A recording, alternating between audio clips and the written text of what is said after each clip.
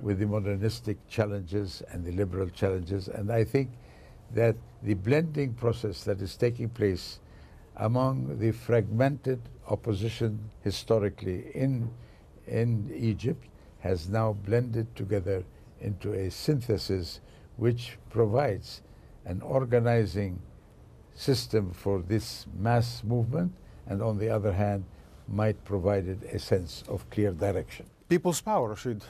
Well, I think one of the most important things we're seeing is the shattering of a narrative that was peddled by the Arab regimes, by the neocons in this country, by Israel, which is that you either have repressive police states or you have wild Islamic fundamentalists. The liberal nature, the democratic aspirations, the desire for social justice of the Egyptian people has nothing to do with that. Like the Tunisians before them. Like the Tunisians before them. What is erupting here is the reality of the Arab world that has been masked by this lying narrative peddled by the regimes. It's either us or the devil. Right. In other words, you accept police state torture, you accept beating up of people outside the polling places, you accept the kind of horrors that... and now the silent majority is out. They're out in the streets, and the amazing thing is the demands are developing, starting with Tunis, now what we're seeing in Egypt, and it's beginning in other Arab countries. And so far, one of the astonishing things is there's been no prominence of either an Islamic or a left or a right or a center. It's a remarkable mix of the various trends that actually existed within this society and that were masked by this ridiculous narrative that we were peddled. I agree completely with Professor Khalidi, but I would say I don't think it was necessarily the case 2 or 3 decades ago even that the segments of the population in Egypt that are protesting now would have shared equally the ideas of the necessity of free and fair elections regularly held, limitations on the executive, a pluralistic order, and a modern concept of citizenship of equal rights.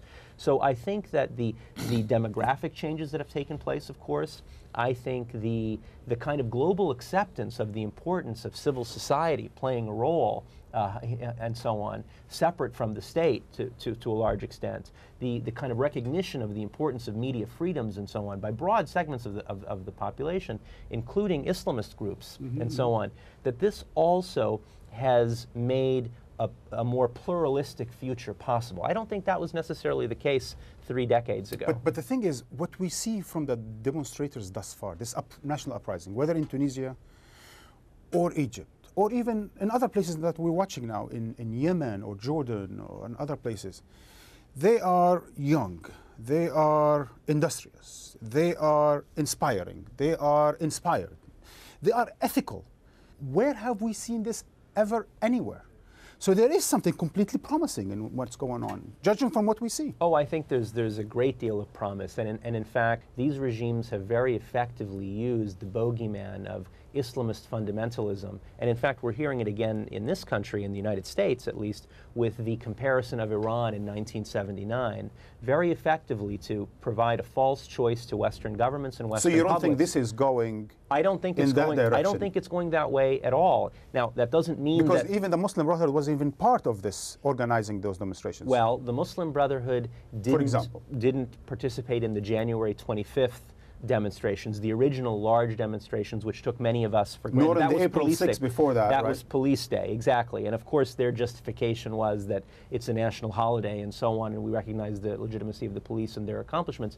There was another factor, of course, which is whenever the Muslim Brotherhood participates in demonstrations and protests along with other groups, they receive the brunt of regime burden, of regime repression. But there's and so absolutely on. no problem at all with having Muslim Brotherhood participate in any future elections and so on and so forth. The overwhelming initiative that has been taken by the young groups forced every single traditional party existing prior to to modify and blend with the others. So there is no longer a polarization between the left and the Muslim Brotherhood, between the liberal and the left, etc. So there is a blending process. Now my worry and my anxiety is that with the response of the United States, which more or less becomes a facilitator given the strategic interests of the United States in the region, my worry and my concern is that the values of the United States that have been proclaimed by President Obama and amplified by Secretary Clinton, The rhetoric of value. the rhetoric of that, has been very positive and persuading.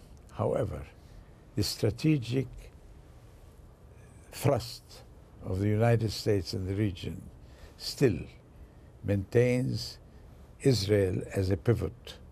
And in that sense, it is important that to fulfill the total anxiety and the total renaissance of this great revolution in Egypt is that somehow or the other, Egypt has to retrieve its deterrent power against the Israeli expansion and aggression. Here's where the trick is, Rashid, is that the United States is trying to maintain a close relationship with the Egyptian army. So my question to you is the following. The demonstrations might be calling for replacing President Mubarak, the person, but in fact, will there be serious change on the long term unless the Mubarak regime is changed?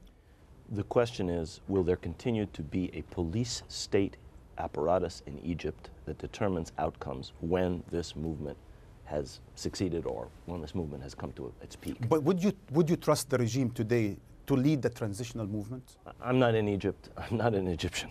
It's up to the Egyptians to decide that. But this is my concern. It's not so much the army, and it's not even so much Egypt's foreign policy at this stage. It's whether the police state apparatus will be tamed in the way it was in Tunis. Every single governor in Tunisia has been fired. Most of the police commanders have been fired.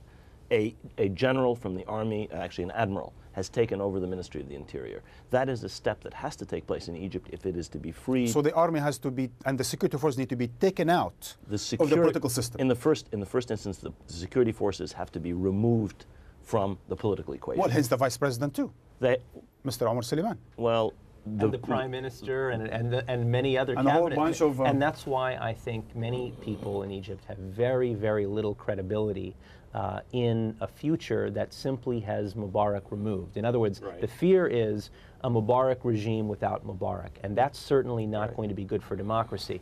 Now, we have heard promises for decades, and some of the same language, in fact. From some of the same people. From some of the same people, this idea of a national dialogue and so on, reaching out to the opposition. This was Safwat al-Sharif's discourse in the 1990s. It is clearly demonstrated that many of the people who have been appointed, the vice president, the prime minister, and so on, are deeply entwined in this regime for decades. So there would have to be major. Interrupt you. The person who was in charge of the Egyptian security apparatus, in charge of torture, in charge of the secret police, is now the vice president. If that regime stays in place, there will be no democracy and there will be no change. It's not a matter of the man Mubarak or even the man Omar Suleiman. Completely. It is that secret police apparatus running things in Egypt or not. And hence... that is what changed in Tunis. Yes. That was the key thing that changed in Tunis. And hence, to broaden the picture a bit and take it to the rest of the region, what's going to happen in Egypt, of course, as a model, is going to have a huge influence on what goes on in the rest of the region. So I ask you, just generally, who's next? What's going to happen next in the Middle East? It's not the question of only next. It is that Egypt's weight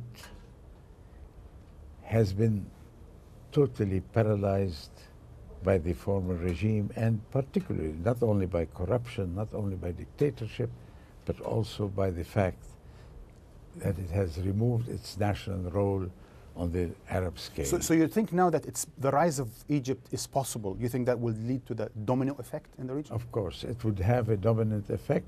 Or domino effect? Well, dominant effect, but domino not yet. Of course, we can see signs in Yemen, we can see signs in Jordan.